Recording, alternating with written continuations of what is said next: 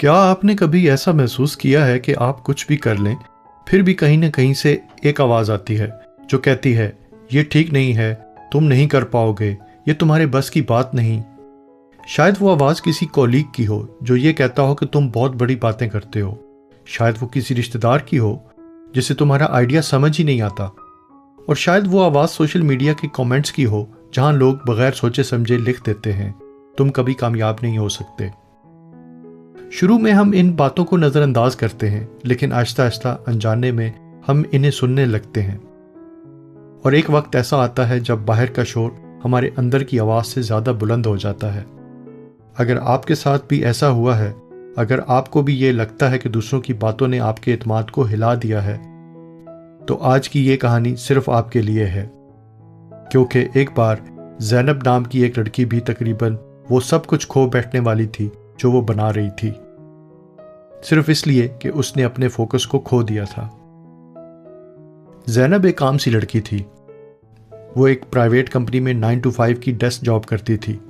کام مشکل تھا، ہر دن وہ تھکی ہوئی گھر آتی تھی، کبھی سر درد، کبھی ذہنی دباؤ، کبھی ایسا لگتا کہ آج کا دن ختم ہونے کا نام ہی نہیں لے رہا۔ لیکن اس نے اپنی زندگی کا ایک اصول بنا رکھا تھا، چاہے دن کتنا بھی مشکل کیوں نہ ہو، چاہے وہ کتنی ہی تھکی ہوئی کیوں نہ ہو، وہ روزانہ 1 گھنٹہ اپنے کمرے میں بیٹھ کر اپنے خواب پر کام کرتی تھی۔ اس کا خواب تھا کہ وہ آرگینک فوڈ کا بزنس شروع کرے۔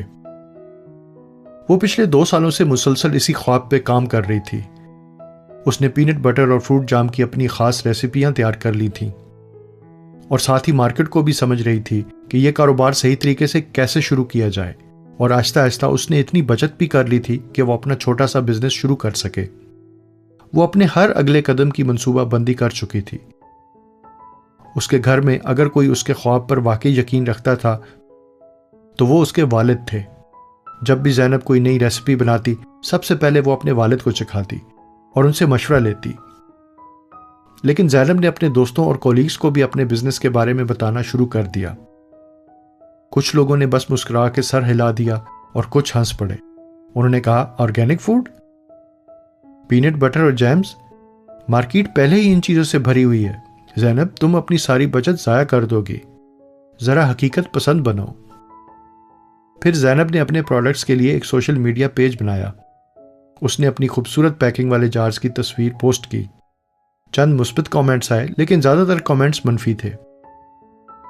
تم کبھی کامیاب نہیں ہوگی، یہ سب لوگوں کو بیوقوف بنانے کا طریقہ ہے، یہ بزنس نہیں چلنے والا۔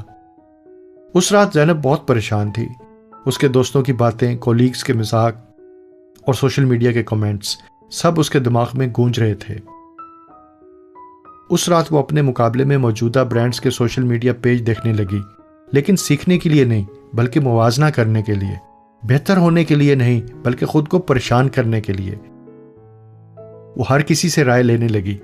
ایک کزن نے کہا، تمہارے برانڈ کا نام اچھا نہیں ہے۔ ایک دوست نے کہا، تمہارے برانڈ کا ڈیزائن بہت بچوں جیسا لگ رہا ہے۔ ایک اور کولیگ نے کہا، تم نے قیمت ٹھیک نہیں رکھی۔ ہر آواز اس کے کندھوں پر ایک اور بوجھ ڈال رہی تھی۔ آخرکار زینب اتنی پریشان ہو گئی کہ اس نے فیصلہ کر لیا وہ اپنا بزنس لانچ نہیں کرے گی۔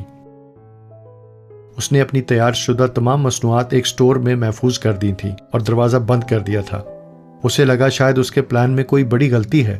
ہفتے گزر گئے، بوتلیں سٹور میں پڑی تھیں، اس کی بچت بینک میں تھی، اس کا سوشل میڈیا پیج خاموش تھا، اور زینب راتوں کو جاگتی رہتی تھی، یہ سوچتے ہوئے کہ آخر غلطی کہاں ہوئی۔ اس کے والد خاموشی سے اسے دیکھ رہے تھے۔ ایک شام جب زینب دفتر سے واپس آئی تو اس کے والد نے کہا، جوتے پہنو اور میرے ساتھ چلو۔ زینب کا دل نہیں چاہ رہا تھا، لیکن وہ انکار بھی نہیں کر سکتی تھی۔ دونوں خاموشی سے چلنے لگے۔ تقریباً 10 منٹ بعد وہ ایک تعمیراتی سائٹ کے پاس رکے۔ وہاں ایک آدھی بنی ہوئی عمارت تھی، آس پاس شور تھا، گاڑیاں ہارن بجا رہی تھیں، لوگ شکایت کر رہے تھے کہ سڑک تنگ ہو گئی ہے۔ زینب کے والد نے پوچھا، تمہیں معلوم ہے اندر کام کرنے والے مزدور سارا دن کیا سنتے ہیں؟ زینب نے کہا، ٹریفک۔ والد نے مسکرا کر کہا، سب کچھ۔ ہارن، لوگوں کی شکایتیں، کسی کو عمارت کا ڈیزائن برا لگتا ہے، کوئی کہتا ہے یہ یہاں نہیں بننی چاہیے۔ پھر انہوں نے پوچھا، کیا تمہیں لگتا ہے کہ مزدور ہر ہارن پر اپنا کام روک دیتے ہیں؟ کیا وہ باہر آ کر ہر آدمی سے بحث کرنے لگتے ہیں؟ زینب خاموش رہی۔ والد نے کہا، نہیں، وہ بس اپنا کام کرتے رہتے ہیں۔ اگر وہ ہر آواز کا جواب دینے لگیں تو عمارت کبھی مکمل نہیں ہوگی۔ پھر وہ زینب کی طرف دیکھ کر بولے، بیٹی، میں نے تمہارے پروڈکٹس چکھے ہیں، اور جو لوگ سب سے زیادہ شور مچا رہے ہیں وہ صرف باتیں کریں گے، مگر تمہیں اپنے فیصلوں کے نتائج بھگتنے ہوں گے۔